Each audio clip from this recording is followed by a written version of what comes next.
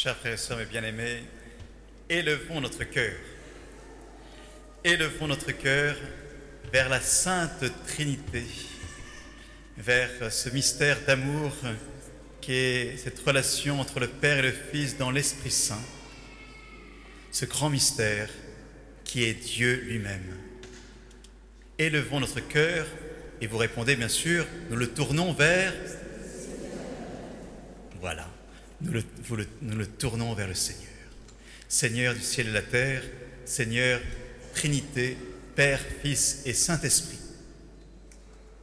Mais qui donc peut nous faire saisir, contempler, admirer, adorer la Sainte Trinité, sinon celle qui est déjà au cœur même de la Trinité, qui contemple face à face avec son corps et son âme, de par son Assomption, la Sainte Trinité, bien sûr, la Vierge Marie. Oui, entrer dans ce mystère de Dieu, élever notre cœur, élever très haut, dans ces régions surnaturelles, ça suppose d'être guidé, d'être aidé, d'être enseigné. Nous-mêmes, nous sommes très forts pour chercher à guider un petit peu notre vie sur cette terre, à nous nourrir, un peu à travailler, à dormir, etc. Mais voilà que nous sommes comme invités, encore une fois, à élever notre cœur pour découvrir que le Seigneur est si intime à nous-mêmes. Depuis notre baptême, nous sommes temple de l'Esprit Saint. Nous sommes habités par la Sainte Trinité. Et nous sommes comme invités à rayonner ce mystère de l'amour qui est Dieu. Alors la Vierge Marie nous aide comme une maîtresse, comme une mère tout simplement. Elle nous aide parce que nous sommes appelés, nous aussi, un jour, à contempler la Sainte Trinité face à face, à vivre pour l'éternité dans l'amour infini de Dieu. Nous sommes faits pour le ciel, nous sommes faits pour le royaume de Dieu, nous sommes faits pour cette contemplation d'amour. Et alors, nous avons à nous entraîner dès maintenant, puisque nous sommes déjà habités par la Sainte Trinité, et en même temps, tout est appelé à être déployé. Et puis aussi parce que certains de nos contemporains ne le savent pas encore. Ils ne savent pas que Dieu est amour, soit parce qu'ils ne connaissent pas Dieu, soit plutôt ils pensent que Dieu n'existe pas, soit parce qu'ils ne connaissent pas Dieu tel qu'il est. Et nous sommes invités à le découvrir nous aussi, à le révéler ensuite. Et donc pour cela, rien de mieux que pour révéler la Sainte Trinité que d'être saint soi-même. Chers frères et sœurs, nous sommes appelés à la sainteté. C'est notre vocation baptismale. Au moment où nous avons été plongés dans les eaux du baptême, dans la mort et la résurrection du Seigneur, nous sommes invités, nous sommes appelés à la sainteté. Et c'est la sainteté qui rayonne la Sainte Trinité. Alors Saint Louis-Marie Grignon de Montfort dit ceci, que je vais vous citer in extenso parce que c'est trop beau, même si c'est en langage un petit peu de l'ancien français, mais tout de même. Il s'adresse à chacun et à chacune en disant « Âme, vivante image de Dieu et rachetée du sang précieux de Jésus-Christ, la volonté de Dieu sur vous est que vous deveniez sainte comme lui dans cette vie et glorieuse comme lui dans l'autre. L'acquisition de la sainteté de Dieu est votre vocation assurée. Et c'est là que toutes vos pensées, paroles et actions, vos souffrances et tous les mouvements de votre vie doivent tendre. Ou vous résistez à Dieu en ne faisant pas ce pourquoi il vous a créé et vous conserve maintenant. Oh, quel ouvrage admirable! La poussière changée en lumière, l'ordure en pureté, le péché en sainteté, la créature en le Créateur et l'homme en Dieu. Ô ouvrage admirable! Je le répète, mais ouvrage difficile en lui-même et impossible à la seule nature. Il n'y a que Dieu qui, par une grâce abondante et extraordinaire, puisse en venir à bout. Et la création de tout l'univers n'est pas un si grand chef-d'œuvre que celui-ci. Tout se réduit donc à trouver un moyen facile pour obtenir de Dieu la grâce nécessaire pour devenir saint. Et c'est celui que je veux vous apprendre.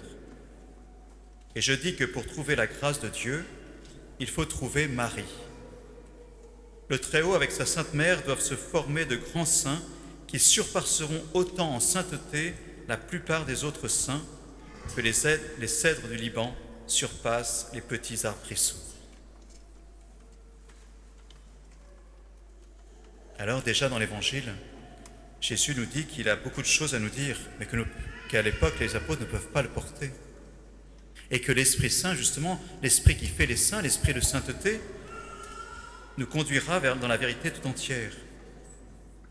Et ce mot « conduire », qui en grec a l'étymologie du mot « chemin », qui veut dire aussi « guider », rappelle une phrase de la Vierge Marie. « Je vous guiderai sur le chemin de la sainteté. » Je vous guiderai sur le chemin de la sainteté. On a besoin d'un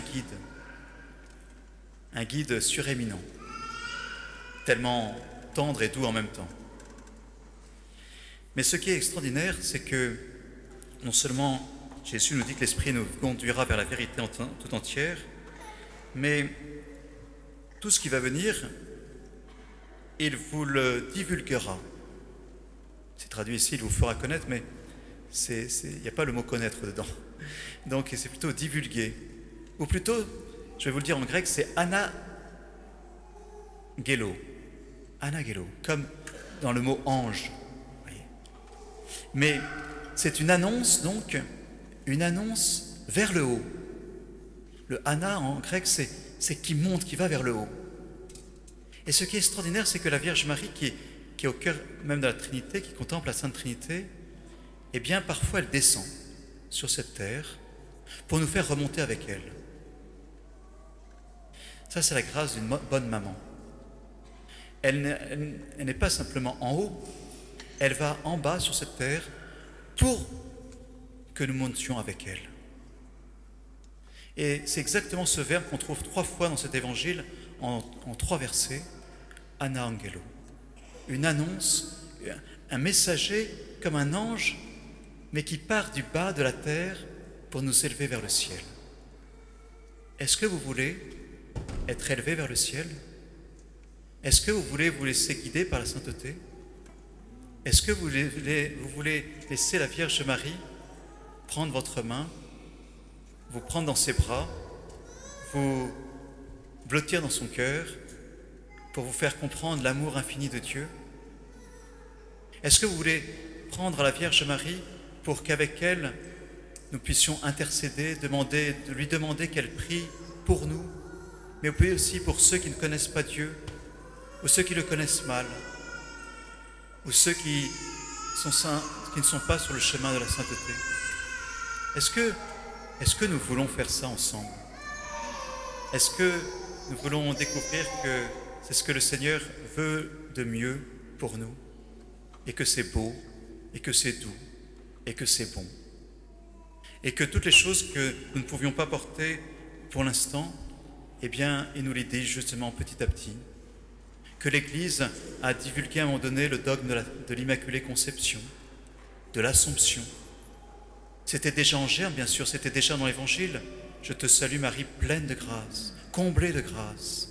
Déjà, l'Immaculée Conception était dite dans cette expression. Et l'Église, petit à petit, a dévoilé des mystères. Et surtout, l'Esprit Saint nous conduit jour après jour. Apparition mariale après apparition mariale. Mais il ne faut pas attendre la prochaine, surtout qu'on ne sait pas si elle arrivera. Il faut vivre de celle qui existe déjà et simplement prendre Marie, se consacrer à la Sainte Trinité par le cœur immaculé de la Vierge Marie. Finalement, répondre à l'amour de Dieu, l'amour infini de Dieu, donné au jour de notre baptême en particulier, en simplement en lui redisant combien on l'aime, en lui donnant rien moins que notre personne, parce que finalement, qu'est-ce qu'on peut lui donner de mieux que simplement nous-mêmes? Aimer, c'est tout donner et se donner soi-même. Alors répondons à l'amour infini, miséricordieux, surnaturel de Dieu Trinité, en nous donnant nous-mêmes à la Sainte Trinité par les mains, par le cœur de la Vierge Immaculée.